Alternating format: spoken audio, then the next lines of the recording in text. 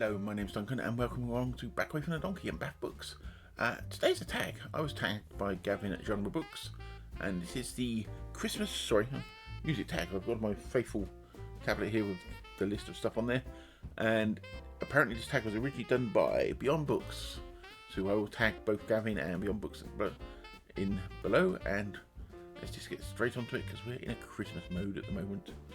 Okay, so the prompts is, the first one is Joy to the World, and it's a book that brings you joy and you wish everybody would read it. Well, the most obvious predictable one is Lord of the Rings, because yeah, it just does. Followed loosely by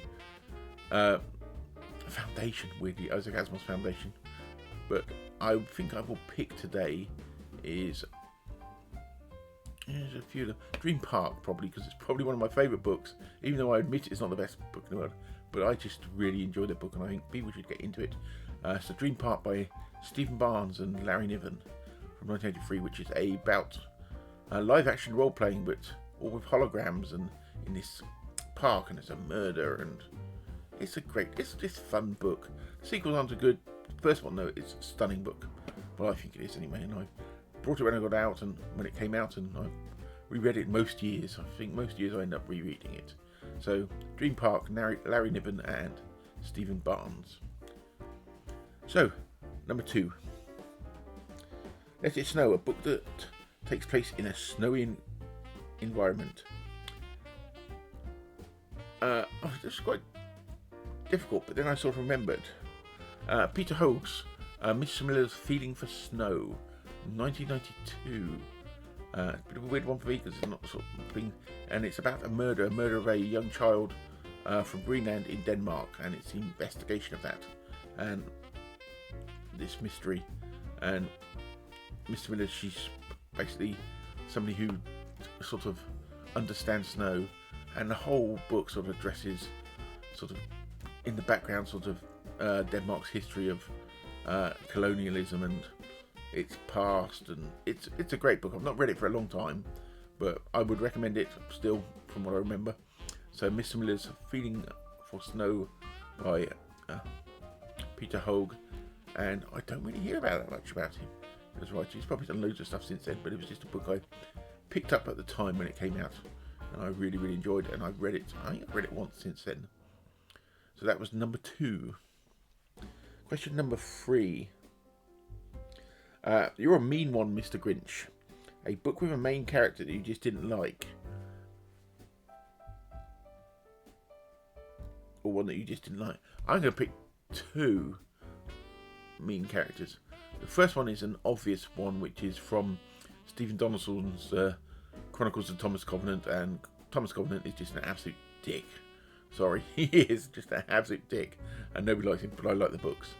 My other one is, I'm going to pick a set of books that are very popular for a lot of people on Books You Love It, and it's the Red Rising books, because I read them, read the first book a few years back, and I just find it, other than it being quite derivative, which isn't always bad, I just find the books are being quite nasty, but not nasty in a good way, and I just really didn't enjoy them. I just found it quite mean and nasty as a sort of book, but that's me. I must be wrong because everybody else seems to love them. So, next question. So I just got a scratch below my nose. Santa Claus is Coming to Town. A book releasing soon that you can't wait to read. I have absolutely no idea. I do not keep up on what books are coming out, who's producing what books, when they're coming out. So I haven't a clue. So I'm going to have to brush past that question because, yeah, I got no idea. 12 Days of Christmas, a book of short stories. So I'm going to pick Christmas on Ganymede, which is put together by Isaac Asimov, and it's a bunch of Christmas-themed science fiction short stories. You have people like Gene Wolfe in there, and it's just obviously Asimov himself. I mean, there's a Larry Niven one in there, but it's just a fun read, and most Christmases I get it out and read a few stories from there. So, yeah, Christmas from Ganymede is out of print, but you can get hold of copies if you do a bit of a search like I did.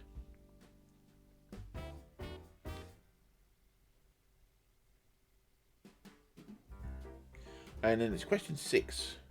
The question was the little drummer boy, and it's about a book that from your childhood that you really, really love. I think sorry, I seem to have deleted part of the question off my tablet here, but yes, I remember it. And the book I picked was It's Like This Cat, Emily Neville, and it's a book.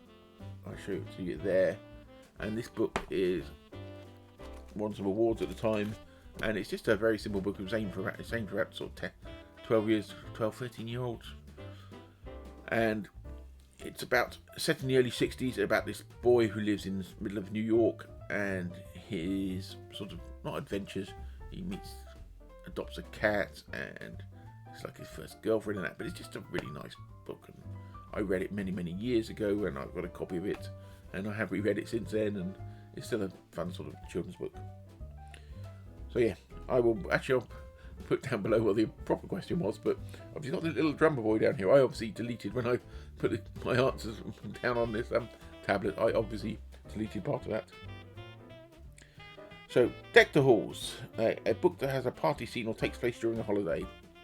I tried not to pick The Fellowship of the Ring, so I went for The Hogfather by Terry Pratchett, which you must read in the holidays, and even watch. There's a adaptation, about 4-hour adaptation, which is really good, and it's The Hogfather and Terry Pratchett. What more is there to say? So, Frosty the Snowman, which is question 8. A book or character with cold or calculating, and I'm picking Alan Dean Foster, The Man Who Used the Universe. And this is about a guy with a very weird name, Keith Van Loo's Macklin, who basically starts off as like an illegal immigrant and a criminal, and it's how he manipulates to get to sort of a part of power.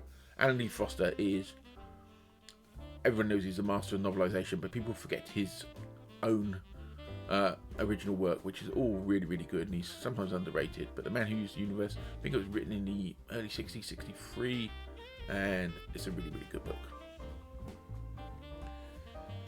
And that is it. That is that tag, and that tag was the 12 Days of Christmas, the Christmas music tag. So yep, so I hope you all have a good Christmas if you don't see any of my videos before then, and this is the only one you see, and I will speak to you all very soon.